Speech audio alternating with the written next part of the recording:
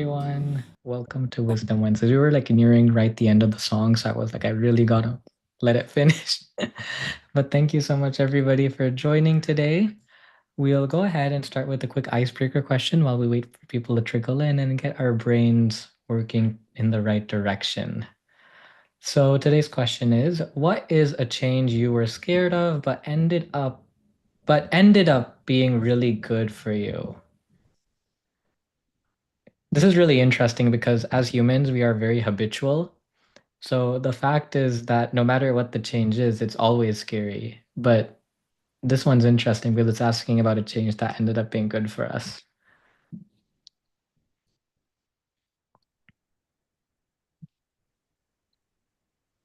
I was gonna say like moving to like another state for college because of like my entire like life I was or not entire life for the duration like I was there I was like, oh, I want to go to this college, and like when I didn't get like what I wanted, I felt like, oh my God, my life is worse, but it ended up being a really good change for me, and I felt like I grew a lot from being out of state and learning a lot of things without the outside help I would have gotten otherwise.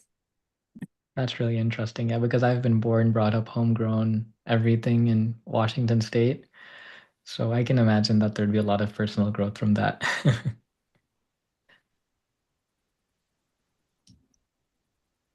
I'd have to say, starting to work remote um, 5 years ago. Um, I was working in the office, commuting from Redmond to Seattle, and I don't know, and it's a mixed bag for me because, especially with the isolation of the pandemic, I'm still that's affected me, but I'm back working remotely again because I was working in the office for about 8 months, but I changed positions, and now I'm back to what I was doing before. Um, I also wanted to comment. I don't know if I don't know if you saw our comments just at the beginning, but I was commenting on the music. Yeah, what is the translation for what you put? Uh, okay, what I say is like it seems like. So it seems like this is, or it seems like it would be Brazilian music. Ah, got it. And this was in Spanish, No, right? Portuguese. Oh, it's Portuguese. Okay. I'm guessing there's parallels between the two. Like the only other language I ever learned a little bit of was Spanish. I learned, I think, in like pre-K or kindergarten when I went to private school. And then outside of that, I learned a little bit watching Dora. So that's the limit of my expertise in terms of Spanish. Mine was where I was an exchange student in South America, in Peru, actually. Didn't learn Portuguese until later. And actually, I'm not fluent at it or by any means, but and I've never even taken a course in it. But um, the conjugation and the verbs and the words are similar, although there are some notable differences. Pronunciation is completely different in some cases. It's really interesting because after I haven't traveled that much, but when I do come across other languages, I find that other languages have a lot more in common, and I find English to be like the outlier language in terms of how it works and the way it's used, and it's actually the harder of the other languages, but just because that was the first language. I learned personally the other languages start to seem harder, but in reality, it's not true. The other languages are really logical in terms of their grammar rules, gender rules, so on and so forth. It's English so confusing is because of the influences. You had the Norse, you had the Angles and the Saxons, and then we've got a lot of Latin words, and then Norman French. So the Norman conquest, English was the court language for 300 years. So that Mm, influenced the language. absolutely. Whereas Spanish and Portuguese are Romance languages, and there was the similarity. And of course, in India, you've got hundreds of languages and complete different writing systems. Yes. Anyway, you guys know this already, but for me, it's oh, Wonderful. Yeah. Perhaps, this is worth a Wisdom Wednesday talk in itself. This seems really interesting, and it seems like a wormhole that we might end up spending the entire session on if we don't move on. But yeah, it seems like a wonderful conversation. All right. Yes, Preetham, Yeah, go ahead. I could go next. That what's a change? I was trying to think what's a change I'm scared of, and nothing was coming to my mind. But then now I think like shifting to a vegetarian diet was is what I would call that it ended up really good. I was not necessarily super scared. I think it just naturally came. I was like, okay, you know what? I'm done eating, you know, non-vegetarian. And so I was not necessarily very scared of, but it ended up being really good. But I would have been scared of if someone were to tell me that, go vegetarian or something, like even a year back, 6 months back. Mm. So Yeah, when that internal motivation comes, it's a lot easier instead of a forced change. Yes, definitely. I don't have much to add to that because I grew up in a vegetarian family. For me, something scary on an entirely unrelated note was like we were at like Chuck E. Cheese, which is like an arcade here, and I thought, it was a paneer pizza with like cheese on top, but actually it was like chicken. So, oh, this was when I was like hmm. in elementary or middle school a really long time ago, but it's like it's like scarred me a little bit because like it wasn't something I normally do. I was like spitting it out into a trash can. But definitely, it's changing diet. I think is such a big thing because it's something that is so much ingrained in our day-to-day lives. I just wanted to say, and I know that we're going off topic, but um, having grown up on omnivorous, I could very easily migrate to a vegetarian diet. Um, the fact is, you don't need meat. You do need good sources of protein, but lentils, tofu, um, other proteins made from plant-based products are just as good, if not better, than especially red meat. Mm, absolutely, absolutely. All right. That being said, we're so excited to jump into today's talk. Today we have Carolina, and this is so special because she has been part of the community for many, many months, if not over a year or a year and a half or 2 years. I feel like I've known you forever now, but it's so magical, so special to have you back coming full circle and giving a talk for our Wisdom Wednesday programs. And a bit about her, she is an MD who specializes in infectious diseases. So that one is hopefully, fresh in our minds after the pandemic. Her research areas include maternal and child health, cultural competency, traditional communities in Brazil, and environmental health. She's also the founder of, I'm totally going to butcher this, so you can correct me, Arte da Nasser. Did I get it right? Awesome. A nonprofit to improve health and well-being of pregnant women and young children in an impoverished region of northeastern Brazil. And today we're talking about spirituality and social change, which I think is really interesting because oftentimes we think that spirituality and social change or activism perhaps don't go hand in hand. But I think it's actually such a cool intersection where we see that by adapting a spiritual lifestyle or a spiritual mindset, there's so much for us to learn in terms of making the world a better place. So, Carolina, over to you. And again, thank you for taking time out of your day and preparing this talk. Thank you, Ian. Thank you for the invitation. Let me just see if I can share.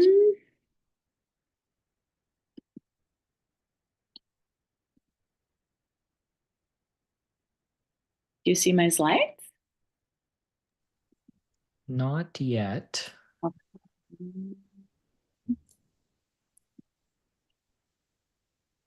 think it's trying to go. Yeah, it's trying. There we go. Okay. Let me just put in the Present mode.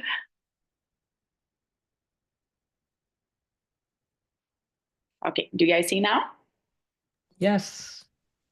Yeah, so usually, I'm used to talk about the start of this project that I am told the name, the Arte do Nascer.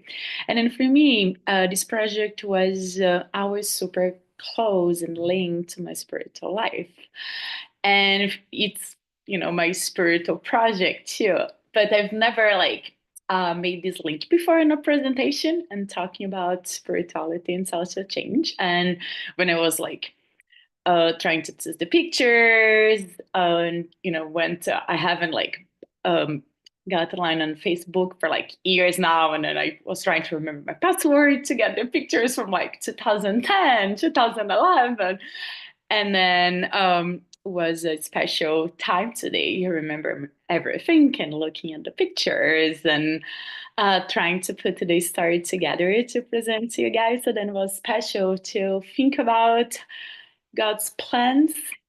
So many times I didn't understand, in the past, what I had to do, what would happen, and all the good surprises after big fears of change that we faced.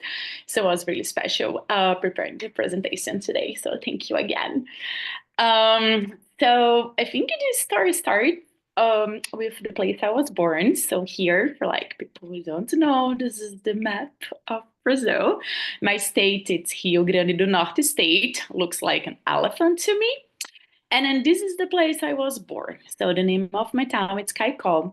Caicó, it's in northeast of Brazil. And then it's in a super impoverished area. North and northeast of Brazil. They are the most poor, low income areas. And then Caicó, it's located in a desert area.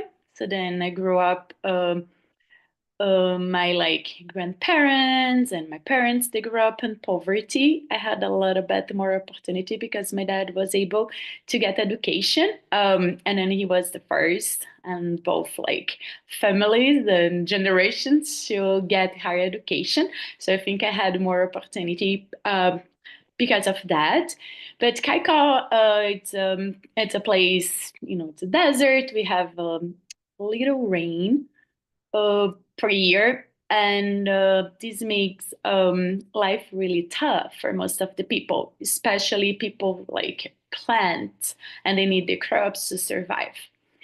At the same time, Caicó has this culture of charity, and it's a super Christian place.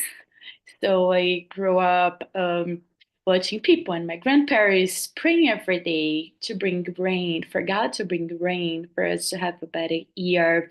We have a lot of culture holidays and a super big party that's for a saint, a Catholic saint that protects the town.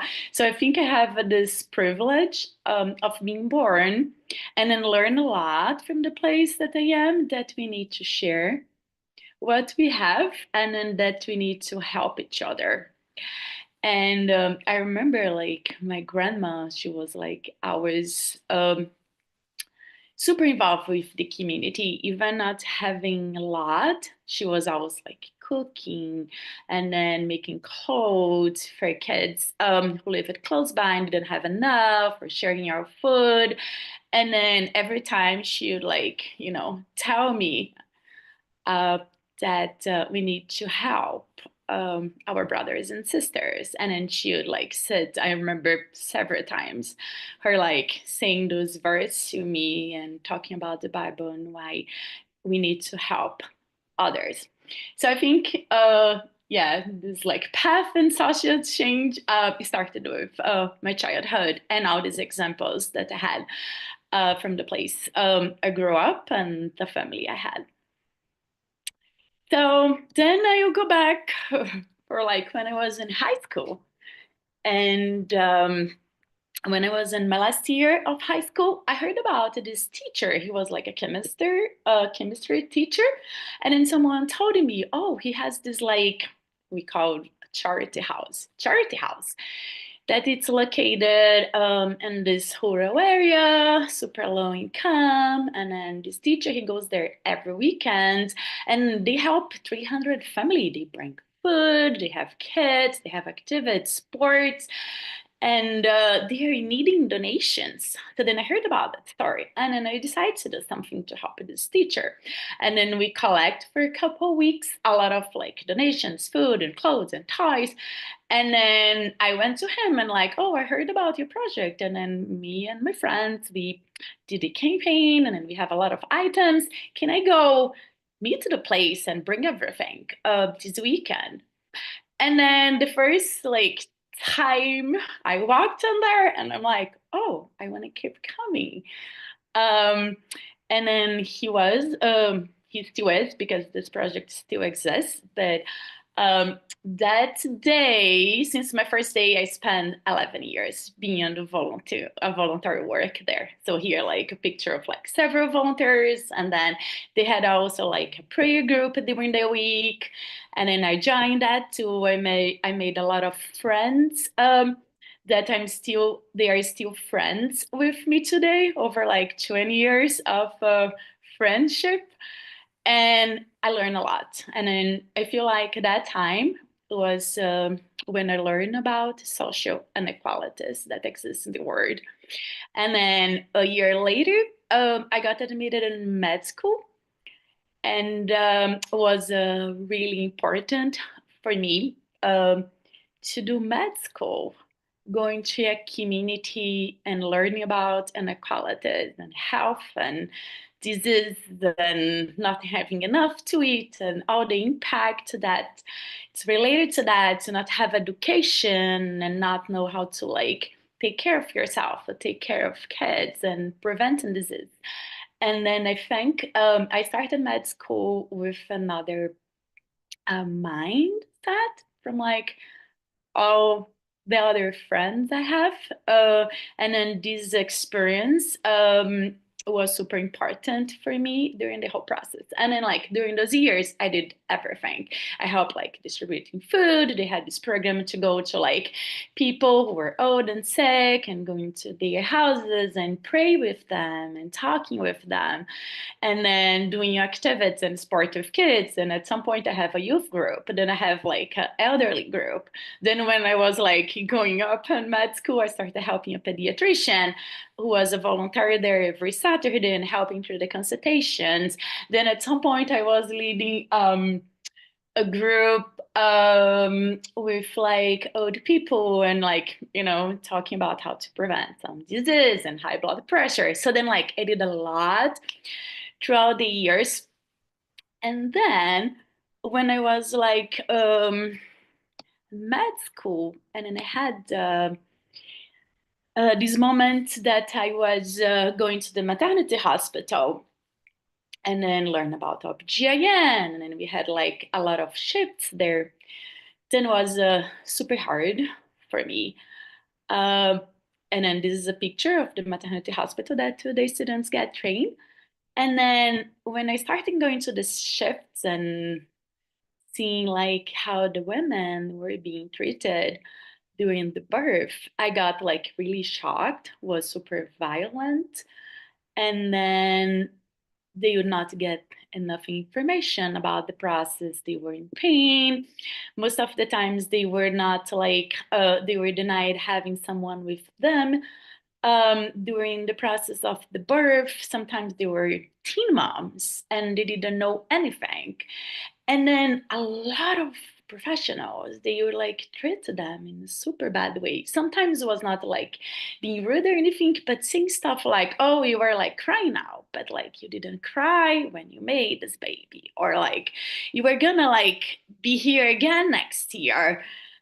And I was like, oh, I hate this. And then it was like so hard for me to complete this semester. I remember like crying when I was going there, like driving, like I cannot stay all night, you know, watching that, crying when I left the maternity hospital. And then like I cannot, you know, I hate this, you know, I'm thinking about, you know, like not completing. And then I had like all this I don't know, sadness, hate against, OBGYN and birth and everything, and was like a really hard semester. At some point, the semester ended, and I'm like, I don't want anything, else related to that ever in my life. And I hate OBGYN, I hate birth, I hate pregnancy. And then it was like the summer vacation, and my mom gave me this book. This book is about a doctor who spent like over 30 years building this maternity hospital. And then was at the time in Brazil before the Second War that like we didn't have free public system. So then only people who have insurance were able to get healthcare. And then this doctor, he like works super hard with like Catholic nuns, doing a lot of events and to try to raise the money. And it was like over 20 years to this maternity hospital to be built. And then his dream was to have a place that women would not die of birth, and have a place that poor women they could get the assistance, the healthcare they deserve, to not like lose moms and babies due to like pregnancy and complications that could be prevented. And I remember I was like doing a training in a trauma hospital in the middle of the night and reading this book, and then that touched me so much. And I'm like, he worked so hard to build that. And I was like with so much like hate against and just criticize and not bringing any solutions. I think I have to do something instead of just walk away. And then I decided to do something about this maternity hospital. So then I started like reading about how to like have a better birth experience, how to change like a hospital, how to change medical educations. And then I started learning a lot about it.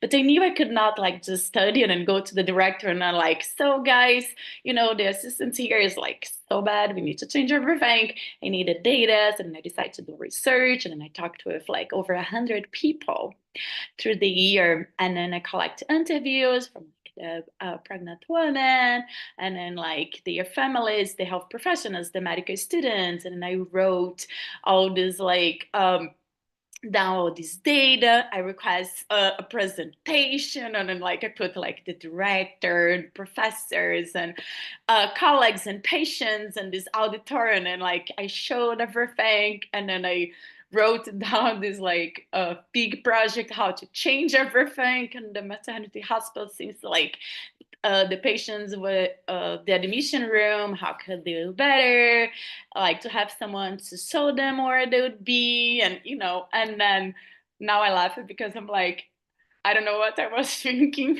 that I could do like just one person change like this whole big maternity hospital. But so then of course, like at the presentation and everything, the director, oh, the doors are open for you to come. But I heard later that he hated like that. And then I even invite the media for this big presentation. And then of course he hated like medical student, just like, uncovering and saying a lot of stuff that was wrong in their maternity hospital. And then after a couple months, I graduated, and of course, I could not do all the solutions that I had studied about. But I was so passionate. I read a lot of research showing that, like, if a pregnant woman they have a good pregnancy or a good moment during the birth, there is a lot of like health outcomes that come later for the baby, their bond, their relationship. And if they have a strong bond, then that kid has this lower chance of getting like abuse or like using drugs when they are teenagers, or get involved in crimes when he's adult. And then I learned all of that data, and then I'm like, it's a way to change the world, to change that community if you take care of the pregnant and moms with babies. That's the reason it's one of goals from like several like health organizations and United Nations to like take care of the pregnant and the young children and community, because you are actually building a better future for everyone. So then I decided to start to do something. And then I had that like NGO that I was involved, and they have like pregnant women there. And they have like moms with like young children. I'm like, oh, maybe I can start doing a group. And then with some friends who were not like related to the health field, but then one like knew how to play guitar, the other one was super good with uh art, manual art. We started like by a coincidence putting this together. Me doing the talks, the workshops, talking about health prevention and how to take care of the baby, giving all the information that I knew they didn't have access. And then if they know, and they go to the maternity hospital and they know what's going on, how long it takes the birth, what's happening there, that they know that it's their right by law, that they can bring someone inside with them. Maybe they're gonna fight for that. And then this will be better for them. So then I started like preparing all these like health workshops and teaching them a lot of stuff. And then my friends were helping with like reading poetry or like uh, playing some songs or doing some crafts with them. And then I started seeing a lot of stuff that was super powerful. One time in our first times doing this, there was like this lady that we knew at the community that she was addicted to crack. That's a super bad drug. And then she had had like 10 kids, and then she had donated for adoption most of the babies. And then we knew that she used the drugs. One time she got the charity house, and she's like, I'm hungry, I need some food. And then the lady, one of the volunteers, said like, okay, I feed you and I have some stuff for you to bring home, but there is like the pregnant women group right now and you're pregnant, go there and then watch the meeting and then come here after, I'm gonna prepare something for you. And then this day we were reading like a poem. And then this poem was talking about all the light that the baby was bringing to the family and to the mom. Was like a poem, a baby saying that to the mom, talking with the future mom. And then at some point during this reading, this lady started like crying, crying, crying, crying, crying, crying, crying. And then she's like, I want to keep this baby. I want to stop using drugs. I want to change my life. Um, and then she started coming every week for the meetings. And then, like, as a medical professional, I know how hard it is for you to, like, being addicted and then one day deciding and in one moment and then just hold to that decision. Um, and then I graduated and I started helping the pediatrician, like seeing some patients, seeing some babies. And then at some point, I started seeing the babies who were born, the babies that the moms participate in the project. And then it was so different from what I used to see at this community. Like, you know, the pediatrician was like blah blah blah all the time. You know, mom, you have to like breastfeed. You know, it's so important. No, don't keep bottle. No, no, no, don't put this in the umbilical cord. They had this tradition to put some dirt at the umbilical cord, and that was super dangerous for the baby.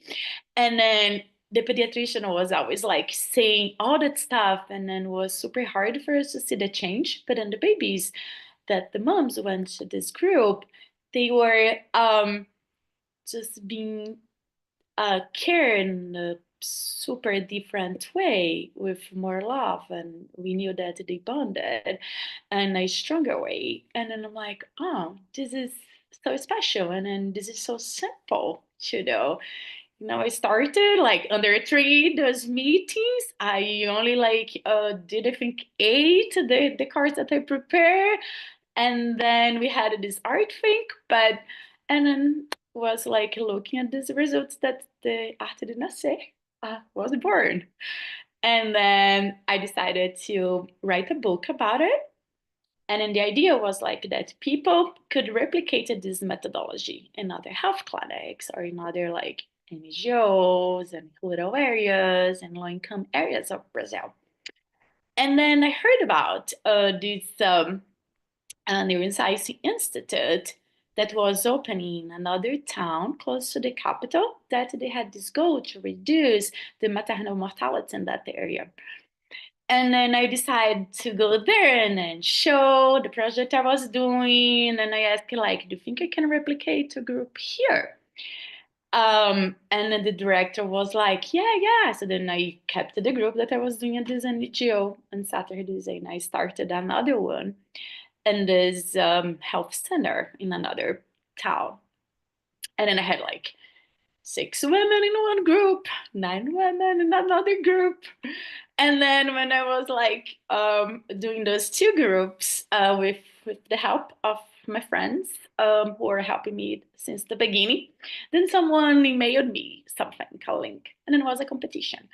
And then it was like this big maternal health competitions to find new ideas to reduce and then improve maternal health for the next generations, and was like something really big. And there was like over 150 countries already participating and like in the competition, and big universities. And I'm like, oh, I have a chance like in winning something. So then I forgot. Then 2 weeks later, I saw this lady who emailed this to me, and then she's like, "Did you send?" And I'm like, "No, I don't think we have a chance." And then she's like, "But do, it's so cute." And I saw you with the pregnant woman, the art thing, and you already is planning to publish the book, so maybe it's gonna help. So then I did. And a couple weeks later, I heard that the Arte de Nascer was one of the 15 projects chose by this like super big competition. And the prize was to train us and change the countries that we work in. The idea was this competition was like done by these 2 organizations, Ashoka and Maternal Task Force, and they had already like people with a lot of experience in maternal health working to reduce maternal mortality in different countries in the world. And the idea was like to put a young person with fresh ideas and this like strong strongness to like change something and then make them work together. And then when the invitation came, was like for me to move to West Africa and then stay there for like a year. And then I was in the beginning of my residence program and was working in the hospital, loving, had like my 2 pregnant women groups. And then I was like, oh, I cannot do that. Stop my life and then go abroad. And then where is this country? And then the country was Mali. And I remember thinking that was Bali because I've never heard about Mali before. And then I'm like, oh, Bali at least is on the beach. And then when like I Google Mali, and then I saw that one was one of the poorest countries in Africa. And I'm like, oh my. Then my dad was like, you are not going. And there's this whole crisis in the family. And I'm like, but maybe if I'm able to like find this leave, and then I swear I'll come back and finish my residence. And then I talk with my supervisor, and no, there is only like for health stuff leave. But there is not a way for me to keep. I already had done like a year and 2 months, and then the program was 4 years. And then I would have to like get accepted in the program again and lose all the training that I already, the rotations that I had. And then I was like, oh, what should I do, God? But then for me was like, I think this was like a miracle with a project so small to win this, and I don't want to say no to that. And then for me, it was like, this is the big opportunity. I cannot say no because I think like it was something spiritual. And then my supervisor in my hospital talked with the big boss at the big boss of like the resident in the state. And then she's like, he said there is no way, but he remembers you from at school and he wants to like meet you and ask you to go to the office for him to like convince you that this is not happening. You cannot like throw away what you already like accomplished for like this adventure, but go there and maybe try to convince him. And then I remember like walking in his office. And then I was like so anxious, like, oh, if he let me speak first, and then I wanna show him, how this project is started, and it was like to change something in med school, and then now this big opportunity, I cannot say no. And then when I get there, he's like, I woke up today and then I think I should read the Bible. I don't know why. Just open now. And then he gave me like a Bible and then read the first thing that opened the page. And then I'm like, oh, what he's doing? I just want to like speak first and tell everything. And then he's making me like read the Bible.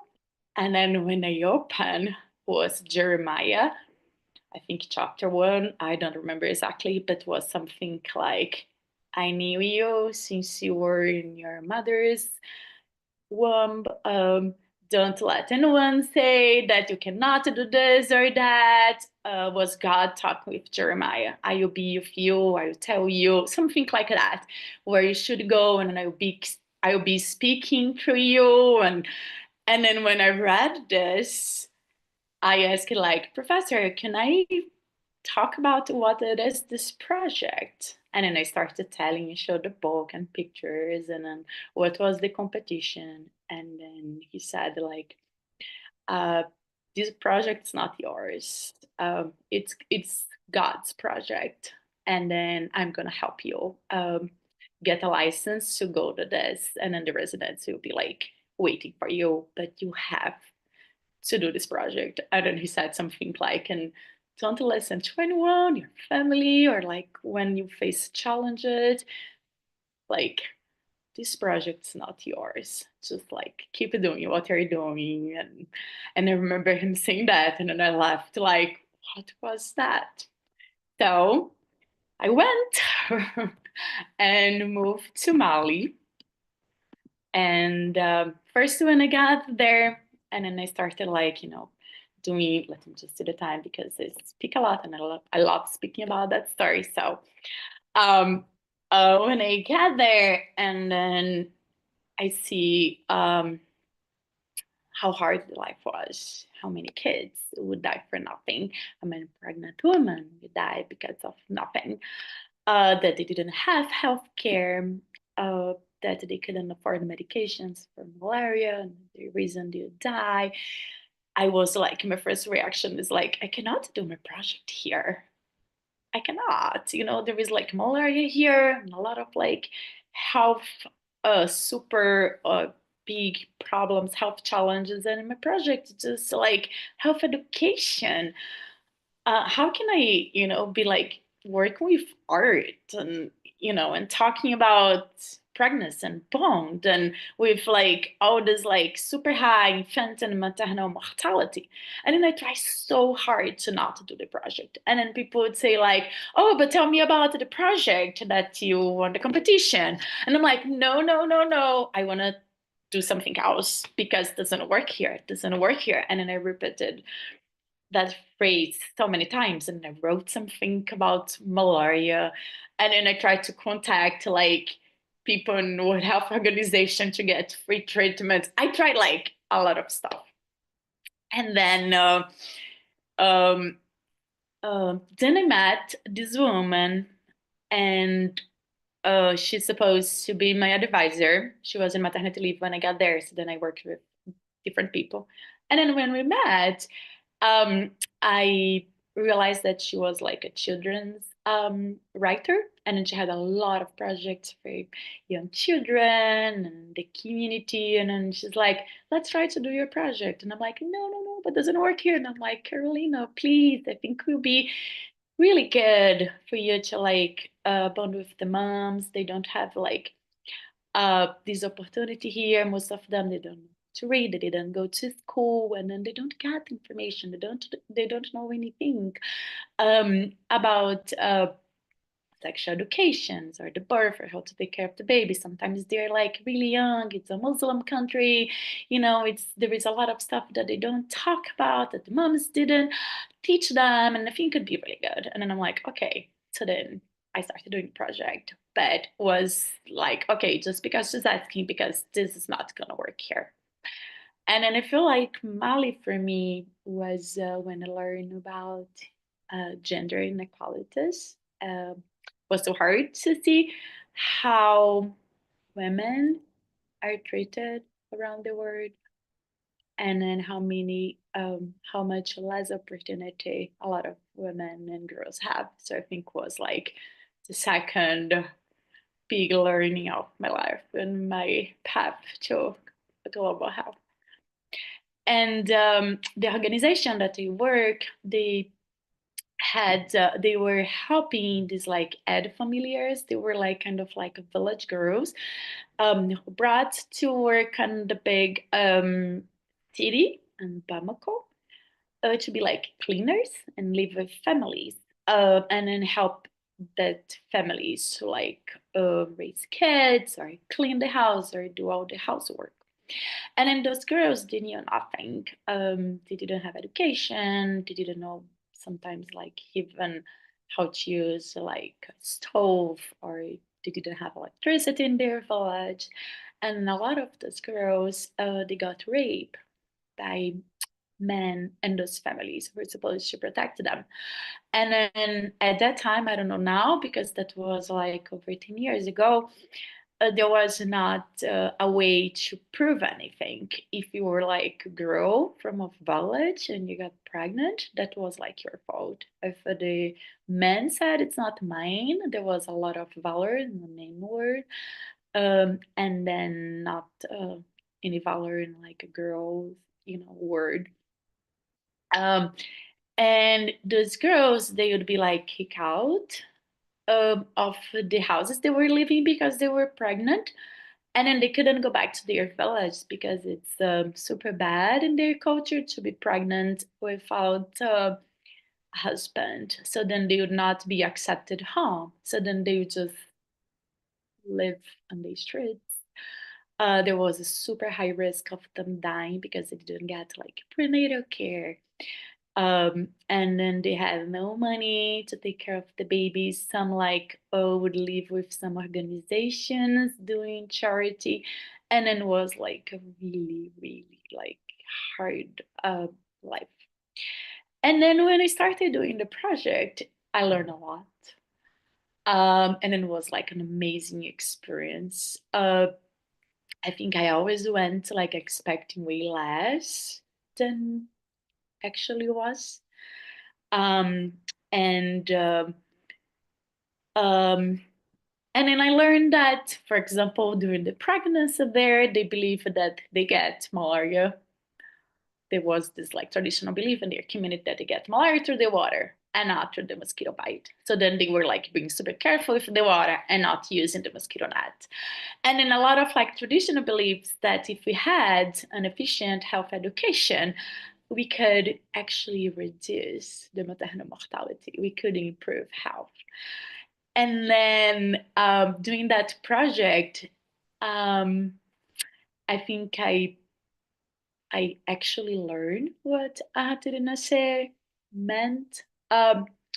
What was the project about it? And then on the last day, I had this group that they helped me adapt the whole project and the methodology for their culture.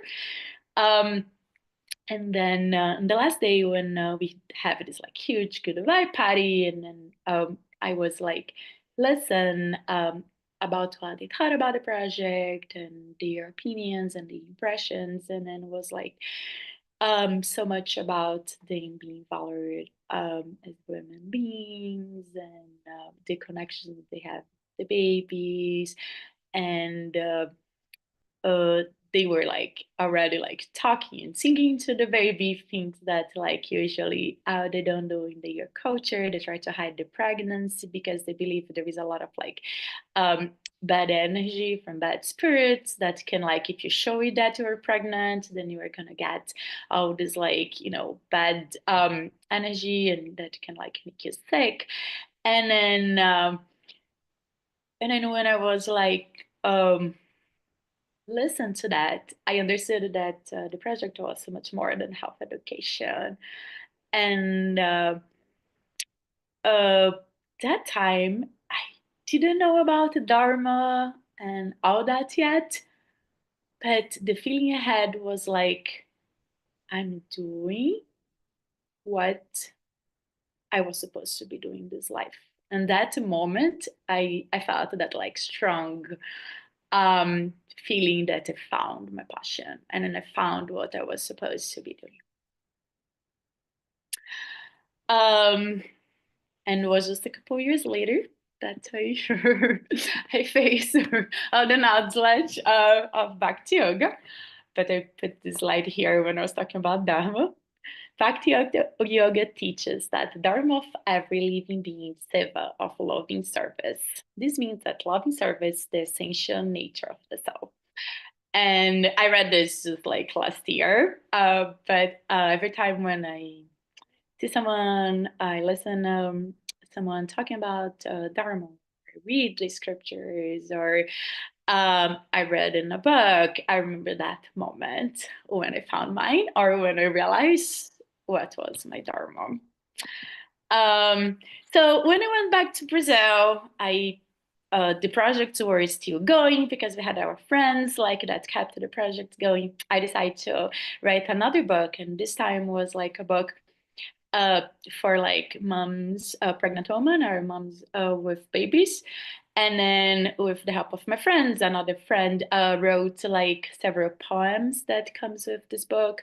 The other friend wrote songs that was like for the moms to listen during the pregnancy, or like the babies to listen when they were in the first years of life. And then we had this book that was like with the things that we work, songs, music, poems, and the health information.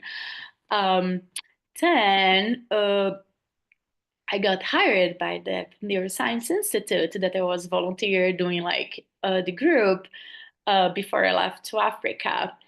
And they were like, this project has a lot of potentials for like health professionals, Carolina, because when you are there and the medical students are there participating in that workshop, they're not distant from the patients.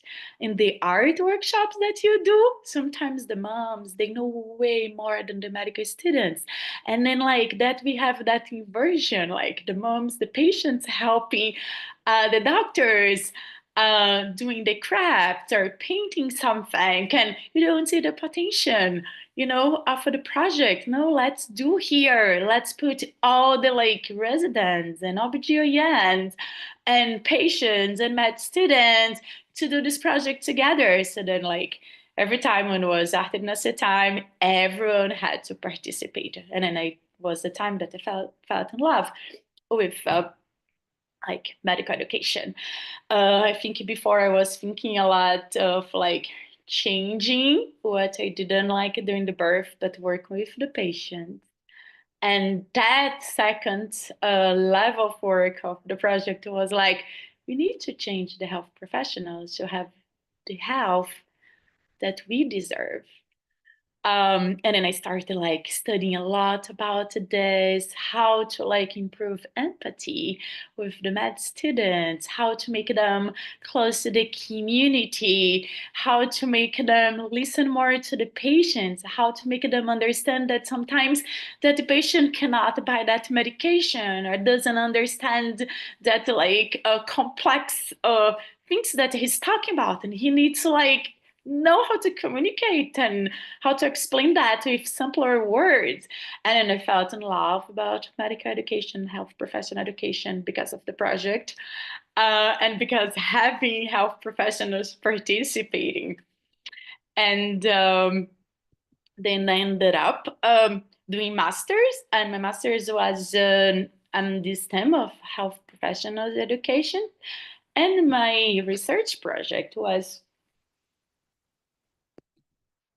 to go to these isolated communities called Quilombola communities. They're like Black people who were enslaved when we had slaves in Brazil, and then they escaped the sugar cane plantations and farms that they were working as slaves, and then when they escaped, they founded those communities called quilombos. And in those communities still exist in those days. And then they are like, usually they marry inside the community. They preserve a lot of like their own traditions from those times. They live in super isolated areas, far from like health centers and hospitals. And unfortunately, there is a lot of like maternal death among those patients. Most of them are Black. They face a lot of like structural races and inequalities. And then I started working with those communities during like this master time. And was the time when I learned about racial inequalities in Brazil and around the world. And then why a woman, because she's Black, she has like 7 times a higher chance of dying in childbirth when we compare it with a white one. Why? And then I started studying deep about that. And then my master's project was to develop a class that I could bring the med students to be trained in these communities and then learn about all these inequalities and then how to bond with them and deliver like this quality of healthcare and health information, and then maybe like bring and have like better health professionals in the future to treat people different from them and from like indigenous communities or quilombolas or other traditional communities that we have in Brazil.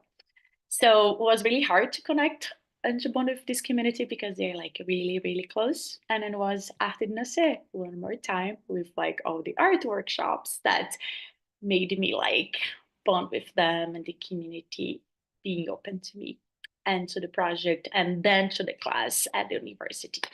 And then it was a super a moment super beautiful for me because my master's presentation, my final presentation, were able to fight at the university. And then instead of doing inside the university, we were able to do at the community. And then it was the first time in the history of the university there that a final master presentation was outside the walls of the campus at the university and was brought to the community. And then we had the community leaders and all the patients, all the moms and all the babies and everyone who was part of the research. And then also the med students and everyone who was part of the project watching together the final presentation. So this project still exists. We already had like, I think 4 years, 6 years for this project going on. Here was my first students, and then like of the 4 here in this picture, 3 are OBGYNs.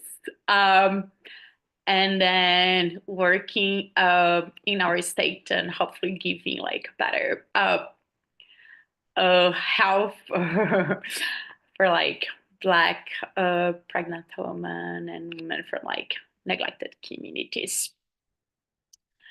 So this project got a lot of like international prizes. The Barriguda project here, it's me in South Africa and conference visiting some community projects after the Barriguda project won this like international prize, and I was invited to visit a lot of like different projects in South Africa that were like bringing students close to the community and changing medical education.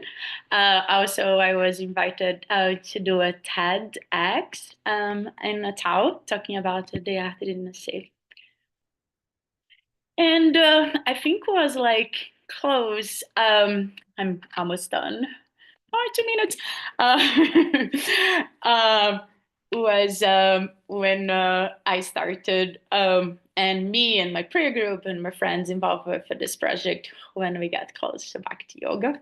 I think was when came the idea to open a nonprofit and to do more. At that time, we knew that like just taking care of the pregnancy was not enough. There was a lot of data about early childhood, and then how we needed to take care of the kids until they were 6, and how important it was for their whole life if they had this best start in life.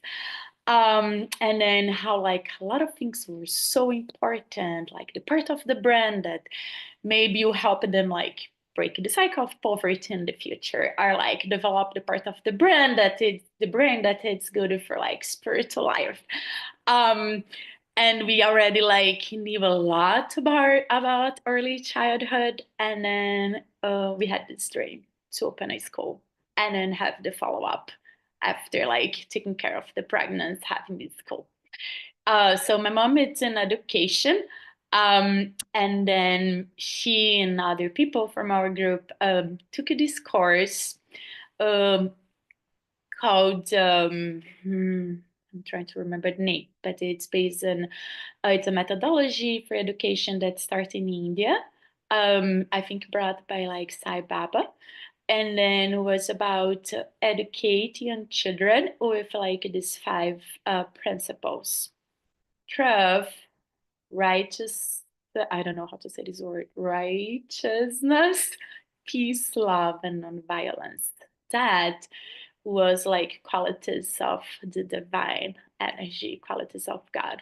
And then they were able to study this methodology for a couple months, and then was based on that, of course, not only that, but that came the first idea for our school. So then we opened a school just 2 years later, a preschool in our community. After like opened a nonprofit, we kept doing the maternal health and early childhood projects besides the school to other community projects about the environment. Also using our space for offering yoga, mantra meditations, and other like spiritual practice. I remember like our projects a lot when you were there, like explaining again and again what's the meaning of the mantras, because I did that like hundreds of times opening like our mantra meditation section. So I'm like, oh, just like the way we do in Brazil.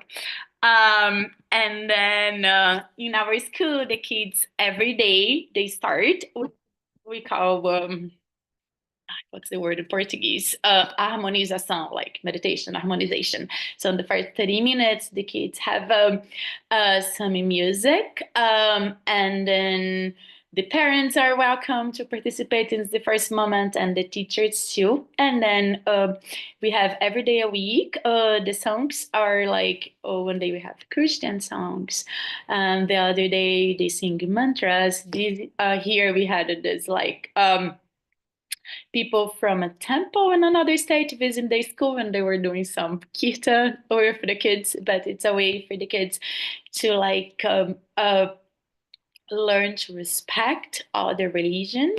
And then we try to have representations of like all the religions that we have the families attending the school. Also, there is a lot of like environmental project. The kids like plant, they learn how to take care of like garden. We have this partnership with a turtle project. So then when they study about preservations and protecting the eggs and everything, and when it's the time that this nonprofit they release the little turtles. It's the kids from our school who go to help that happen. Also, we have a lot of like culture activities. This is like indigenous from our state talking with the kids about her like traditions and um, the history of the community here, like a holy festival that we do every year. The kids they practice yoga a couple times a week here, like sometimes the meditation, the harmonization. It's not like super chill, like the kids dance and jump to before starting the day. A lot of music too. We have to the curriculum here, like the picture of them helping the turtles to get to the ocean. This picture was just a couple weeks ago when I was there. In Brazil, we still have like those pregnant women groups.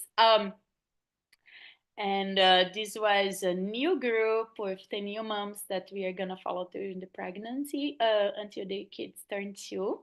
And then now the plan is like to like when the kids turn 2 for them to be admitted in our school and stay there until they go to the public school with 7 years.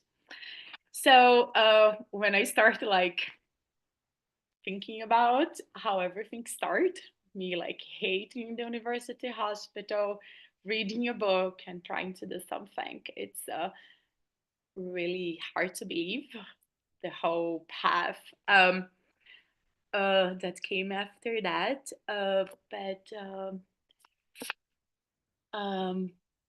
it's also impressive because now I don't see my life far from this. And then also it's like because I was in Africa, was when I was in Africa was when I met my husband, and then yeah, everything I think in my life kept happening because of this project. Um, and a lot of people, especially I think with Bhakti, this happened a lot with me. Sometimes like say something like, but you know, this is not our home. Um, we we are not planning to stay here. Why work so hard? And like sometimes I had 2 jobs. I was doing a master's and have like 3 groups and they school and like not a single minute. I don't know how I did, but I think when we're doing for God, we get a lot of help and the time multiplies and things happen. People show up to help and yeah, just sometimes I don't know how I did, but I did. And I remember understanding that this is my favorite verse of the Gita, and I think that was that the material world it's sacred too because it's part of the energy of the supreme person. So when I'm doing this, I'm thinking I'm working to make the world better, and then maybe someone who's pregnant, who doesn't have any support, who doesn't have any food to eat that day, getting that help, that information, listen to a song or a poem, bringing some food. She's gonna think about God. Maybe she's gonna help another person in the community because she got the help, and we're gonna maybe create someday a better world. So thank you so much for listening to today's story. Um, and I don't know if we have a couple minutes for questions. Sorry about the time. Wow, what an amazing story. I feel like there's so much more to talk about it, and like each picture, I would have different things to point out and ask about. But yes, definitely, we can have a few minutes for questions, comments, reflections, anything of that sort, if that's okay with everybody. Yeah, I had a quick question or just wanting to know more. First of all, I loved hearing your story. I think this is just amazing. Like every slide I went through, I was like, this is so cool. And when I thought that you couldn't make it better, the next slide was like, "Oh, I did this," and I was like, "Wow." This was like truly amazing, and I really appreciated how you mentioned that, how you explored like inequality by going into these different places. I feel like personal experience is like so important, and that can kind of make our realizations deeper. So thank you for sharing that and like finding all the pictures from a long time ago. Like this was amazing. One thing that I wanted to ask was, I think you mentioned that your grandma told you like a quote about service. Was it, if I'm recalling correctly? Yes, Yeah. it's from the Bible. Oh, that's amazing. And so I was wondering, like, after hearing that, like, how did you kind of internalize it that this was kind of your calling of going after that service? Because I feel like a lot of work you've done is very selfless, and it's kind of like that internal kind of calling coming from you that, I want to serve. And I was wondering, how did that process look like for you? Was that something that kind of naturally came from you, or was there like an experience that sparked that realization for you? I think I had the example when I was a kid because I think there is a lot of this culture of sharing with people who have less. And the place I came from, and I grew up watching my grandmas who do that, and my mom and my dad. But when I was in high school, when I started doing all that like volunteer work and with that low income community, I started feeling close to God doing the service. And then for me, the server was never like, like separated from like spiritual because, and I don't know if it is the same experience for everyone, probably not. But for me, being there and listen to like an elderly patient or bringing food made me like feel super close to God. And I think other religions probably say that, right? To like help others, to be kind, to share love, to show love. And then, yeah, I think when I was doing that, I was thinking that I was practicing my spirituality and, yeah, feeling that love and sharing that love from God uh, to me and to the others, like being an instrument, I think.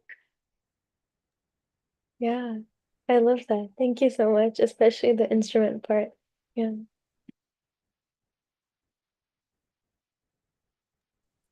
I was reminded of a talk I heard from one of my spiritual teachers recently, and he was mentioning an analogy by Plato. And the story goes something like this, where if you have like just cave people living in a cave and all they know is fire as light, and that is their existence. Now, if one of them all of a sudden wanders out into the world and sees, that there's a whole world of possibilities, that there's actually something known as the sun, that there is um, so much more to existence than the cave. And then if they return back and share all of this, they oftentimes would be ridiculed or be called, insane or crazy. And the reason my teacher was sharing this was to give the example of how spiritual science can oftentimes be thought of in this manner, where um,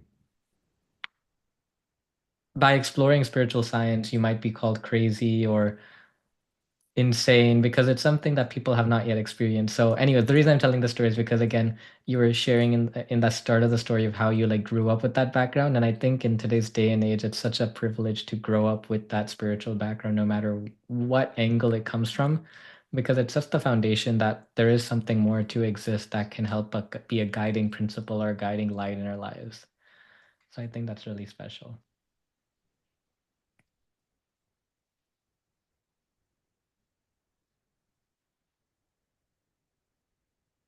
All I right. just wanted to Graham, say what? this.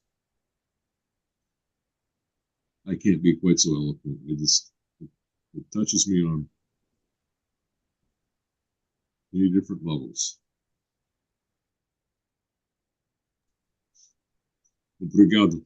Oh, thank you so much, guys, for the opportunity to we speak about all that story and what we developed in Brazil, and who knows, maybe you guys are gonna visit one day and Yes, see we our can all take a field trip. school and help with some projects. So who knows? Yeah, absolutely. Well, thank you so much, everybody, for joining. Thank you, Carolina, for this wonderful presentation, wonderful talk. It's so inspiring. And then thank you, Graham. Thank you, Dana. And thank you to those who joined but had to leave. Preetham, Philomena, Isha. I'm probably forgetting somebody. Ooh, Dana's I didn't here. see anyone there. Yeah. Yes, we had many people. So, but I know it's an austerity to take time out of our busy lives to invest in spiritual knowledge and spiritual association, and it is it is truly special. So we're very grateful for all of your association, your time, your energy, your effort, your I'm out of words, but you name anything for being present, because being present in today's day and age, time is of the essence, and it's so important that we invest it where attention goes, energy flows.